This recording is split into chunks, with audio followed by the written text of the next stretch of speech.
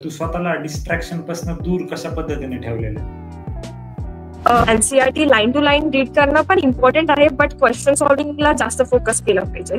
तर तू नीटचा अभ्यास करत असताना तुला सर्वात टफ सब्जेक्ट कुठला जात होता? सर्वांना एक पण मॉक टेस्ट मिस नका करू, हर एक मॉक टेस्ट द्या.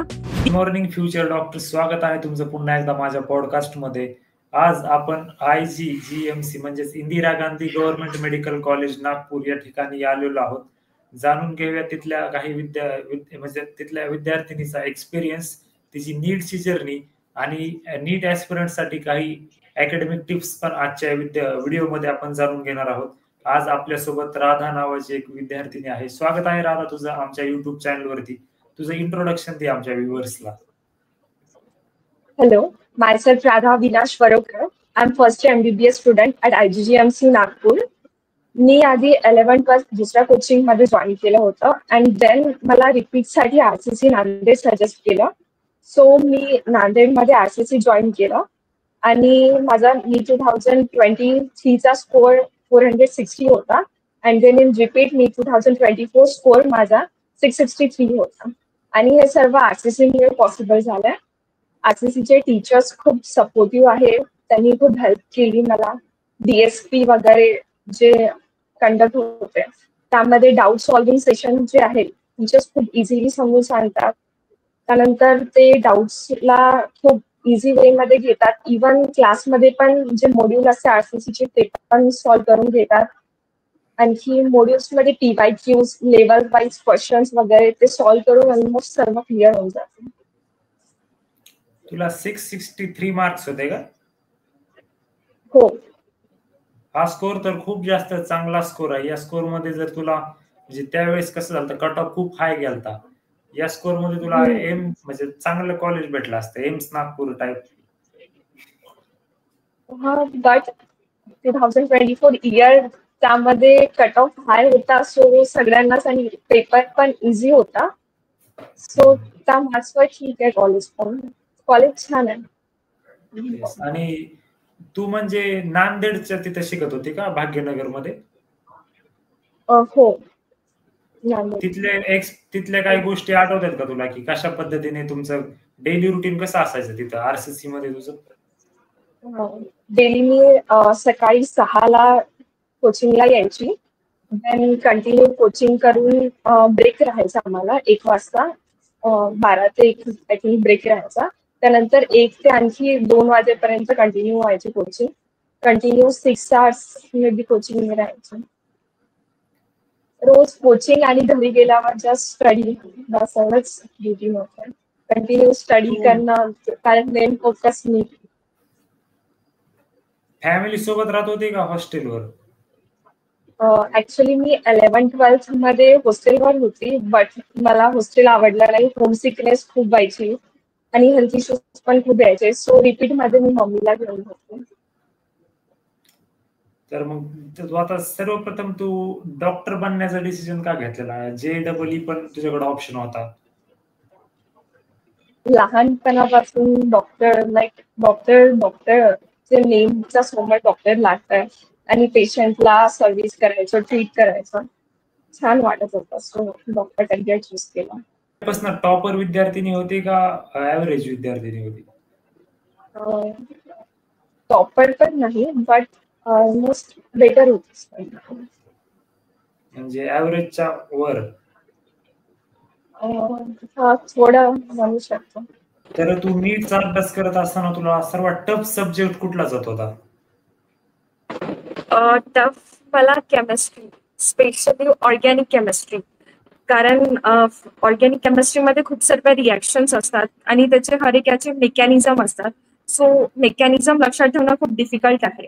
सो मी रोज घरी कोचिंगमध्ये जेवढे रिॲक्शन्स शिकवले त्याचे घरी येऊन नोट्स बनवायची, मेकॅनिझम लिहायचे आणि ते रोज रिवाइज करायचे. आणि फिजिक्स साठी तर मी फॉर्म्युला शीट बनवली होती, फॉर्म्युलेस लिहत होती. फॉर्म्युलेस एका शीटवर नोट डाऊन करून ते रूम मध्ये पेस्ट केलं होतं आणि रोज उठल्यावर त्याची रिव्हिजन. अँड बायोसाठी तर क्वेश्चन सॉल्व्हिंग इम्पॉर्टंट आहे. NCERT line to line read करणं पण इम्पॉर्टंट आहे, बट क्वेश्चन सॉल्व्हिंगला जास्त फोकस केलं पाहिजे. कारण अनलेस जोपर्यंत आपण क्वेश्चन सॉल्व्ह नाही करणार तोपर्यंत आपल्याला कुठे मिस्टेक्स होत आहे ते नाही समजणार. So it's important. Yes, definitely. तुझी नीटची जर्नी सांग ना, म्हणजे 11th-12th रिपीट इयर कसं राहिलेलं आहे तुझं? हा, नीट मध्ये मला आरसीसीनी सपोर्ट केला. आरसीसी माझं थ्रू आउट द बॅकग्राऊंड होतं ड्युरिंग द नीट स्टडीज. त्यांनी मला ऑलमोस्ट सगळे स्टडी मटेरियल्स प्रोव्हाइड केले आहे. त्यांचे मॉड्यूल डीपीपीस पण खूप इम्पॉर्टंट आहे. मी हर एक डीपीपी सॉल्व्ह केली आहे आणि मी एक पण मॉक टेस्ट मिस नाही केली आहे. तर माझी ऍडवाइस आहे सर्वांना की एक पण मॉक टेस्ट मिस नका करू. हर एक मॉक टेस्ट द्या. वीकली टेस्ट पण मिस नका करू आणि त्याला अनालाइज करा. घरी आल्यावर जे पण क्वेश्चन्स रॉंग होत आहे ते तुम्ही एका एरर बुक मध्ये नोट डाऊन करा आणि त्याला परत सॉल्व्ह करा. पर्सनल लाईफ म्हणून नीट ऍस्पिरंटला नसतात.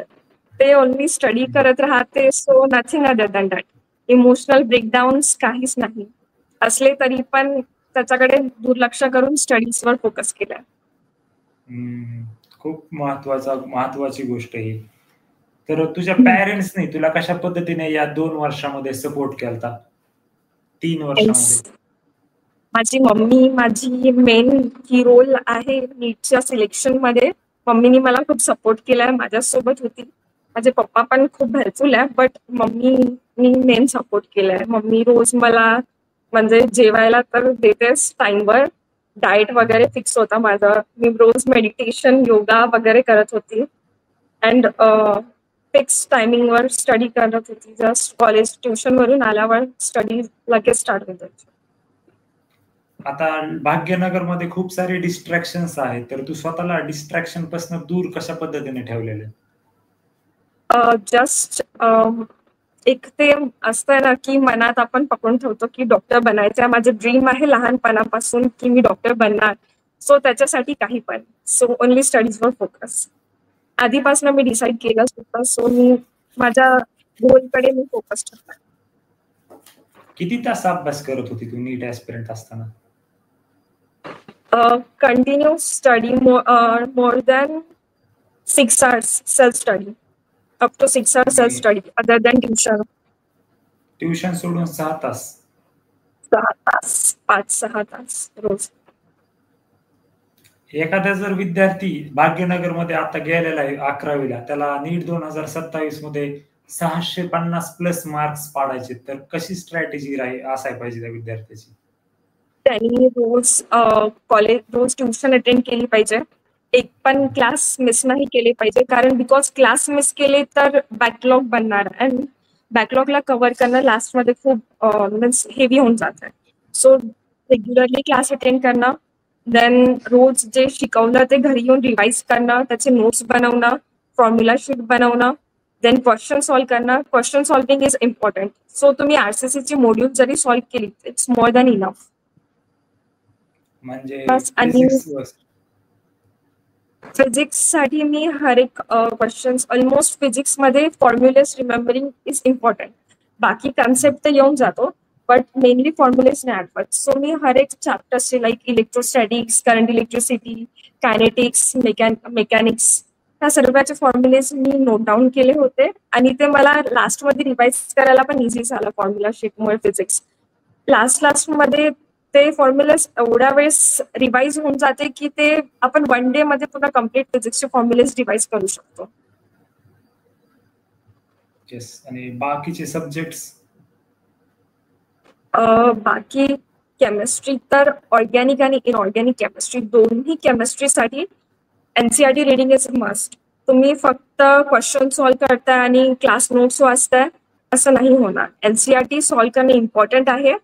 एनसीईआरटीच्या एक लाईन वरून क्वेश्चन येतात नीटमध्ये, स्पेशली इनऑर्गॅनिक केमिस्ट्रीसाठी, आणि ते थोडं रट्टा टाईप आहे. सो त्याला व्यवस्थित वाचायचं. आणि फिजिकल केमिस्ट्रीसाठी क्वेश्चन सॉल्व्ह करणं आणि आरसीसीचा मॉड्यूल इनफ आहे. Yes, definitely. बायोसाठी कारण एनसीईआरटी इनफ आहे असं वाटतं?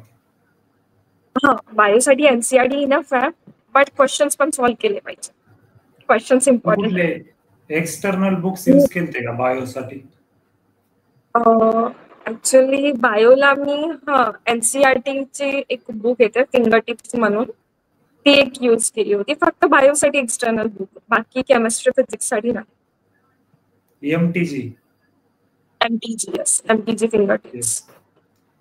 तर आता आपण तुझ्या कॉलेज बद्दल म्हणजे Indira Gandhi government medical college Nagpur बद्दल तुझा एक्सपिरियन्स कसा राहिला आहे ते विचारणार आहोत. तर सर्वप्रथम तुझा हॉस्टेल आणि कॉलेज कॅम्पस कसा आहे तुझा? कॉलेज कॅम्पस तर छान आहे. न्यू बिल्डिंग्स बनत आहे, अंडर कन्स्ट्रक्शन पण आहे काही, आणि काही बिल्डिंग्स बनलेल्या पण आहे. कॉलेज कॅम्पस खूप छान आहे आणि इथे टीचिंग वगैरे पण छान आहे. बेस्ट कॉलेज आहे. यायचं असेल तर नागपूरमध्ये चांगलं. 10 आउट ऑफ किती मार्क्स देशील तुझ्या कॉलेजला? मी 7. बाकीचे 3 पॉइंट का कट केले तू 3 मार्क्स? थोडं हॉस्टेल ठीक आहे. हॉस्टेलमध्ये थोडं हायजीन वगैरे नाही आहे. गव्हर्नमेंट हॉस्टेल तर ठीक आहे. हॉस्टेलमुळे बस. आणि अंडर कन्स्ट्रक्शन आणि आम्हाला सध्याच न्यू बिल्डिंग ऍक्सेस नाही झाले आहे. आम्ही आता पण भरपूर क्लासेस जुन्या बिल्डिंग मध्येच करतो. तुमच्या सिनियर सोबत इंटरॅक्शन असेल किंवा फॅकल्टीज असतील याच्यावरती तुझं ओपिनियन काय आहे? फॅकल्टीज पण म्हणजे फ्रेंडली आहे. त्यांच्यासोबत आपण इंटरॅक्ट करू शकतो, डाऊट्स वगैरे विचारू शकतो. आणि सिनियर्स पण आहे. सिनियर सोबत तर ऑलमोस्ट इंटरॅक्शन होते, डेली इंटरॅक्शन आहे. सिनियर्स पण छान आहे, रॅगिंग वगैरे नाही. मग आता तू नीट ऍस्पिरंट्सला फायनल मेसेज काय देशील? त्यांनी जे ड्रीम बघितलं आहे डॉक्टर बनायचा ते पूर्ण होऊ शकते. जस्ट तुम्ही स्टडी करा, 100% डेडिकेशन द्या, कम्प्लीट जेवढी फुल स्ट्रेंथ आहे तेवढ्या स्ट्रेंथनी स्टडी करा. आरसीसी वर ट्रस्ट ठेवा. आरसीसी तुमची पूर्ण प्रिपरेशन करून घेणार. तुम्हाला फक्त स्टडी करायची गरज आहे. आरसीसी तुम्हाला डाऊट सर्व सॉल्व्ह करून देणार तुमचे. RCC is one of the best coaching. Yes, definitely. Latur tuition area असेल किंवा नांदेड, आरसीसी मध्ये येणारे प्रत्येक विद्यार्थी ज्यांचे सिलेक्शन झाले त्यांचं मत हेच आहे. तर अजून तुला काय मेसेज वगैरे द्यायचा असेल पालकांना, विद्यार्थ्यांना तर तू देऊ शकतेस. पॅरेंट्सनी स्टुडंट्सला सपोर्ट केला पाहिजे, कारण हे स्टुडंट्सचं पण स्वप्न असते आणि कधी बऱ्याच वेळेस स्टुडंट सोबत पॅरेंट्सचं पण असते की त्यांची मुलगा डॉक्टर बनावं. सो त्यांनी पण सपोर्ट केला पाहिजे स्टडीजमध्ये, आणि त्यांनी थोडं स्टुडंट्सवर लक्ष पण दिलं पाहिजे. स्टडी करताय नाही करताय, कोचिंगला डेली व्हिजिट केली पाहिजे, टीचर्सला भेटले पाहिजे, and go for. Yes, thank you so much तुझा टाइम दिल्याबद्दल. तर विद्यार्थी मित्रांनो आणि पालकांनो, तुम्ही आताच पाहिल्या एका विद्यार्थिनीची नीट जर्नी भाग्यनगर नांदेड ते Indira Gandhi government medical college Nagpur आणि तिथल्या कॉलेजचा एक्सपिरियन्स कसा राहिला. अशाच पद्धतीच्या व्हिडिओसाठी आमच्या युट्यूब चॅनलला सबस्क्राईब करा. Thank you so much.